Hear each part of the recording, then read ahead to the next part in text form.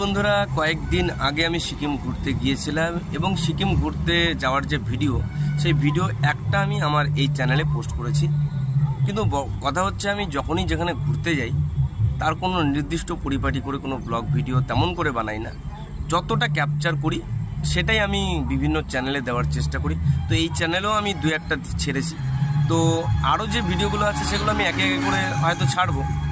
বিষয়টা হচ্ছে, কয়েকদিন আগে সিকিম গিয়েছিলাম, কিন্তু সিকিম যাওয়ার পরে আমি ফ্যামিলি নিয়ে একটা তীর্থে গিয়েছিলাম। তীর্থে বলা চলে, 6 জন ফ্যামিলি মেম্বার এবং তার সাথে 2টো বাচ্চা মিলে 8 জন আমরা ঘুরেছি মোটামুটি 5 দিনের মতো। তো একটা অসাধারণ অভিজ্ঞতার সম্মুখীন হয়েছি। তো সেগুলো যে ক্যাপচার করেছি সেগুলো আমি আস্তে আস্তে আনবো তোমাদের সামনে। তো আমরা মূলত রামপুরহাট হয়ে তারাপীঠ গিয়েছিলাম। তারাপীঠের ওখানে যা যা মায়ের দর্শন করার পর যা যা দেখার সেখানে দেখেছি। তারপর ওখান থেকে আমরা সাইথিয়ার নন্দিকেশ্বরী মন্দির শক্তিপীঠ হয়ে তারপরে বোলপুরে গেছি। বোলপুরের ওখানে গিয়ে বিভিন্ন বোলপুরের সমস্ত জায়গায় ঘুরেছি এবং সেখানে কঙ্কালীতলা শক্তিপীঠ আছে, সেখানেও গিয়েছিলাম।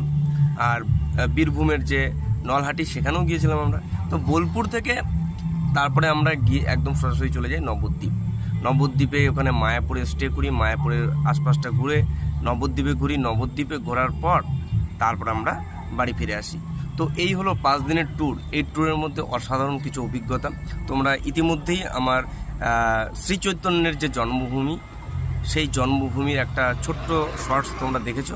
তো আস্তে আস্তে এরকম ছোট ছোট জিনিস আমি তোমাদের সামনে নিয়ে আসবো।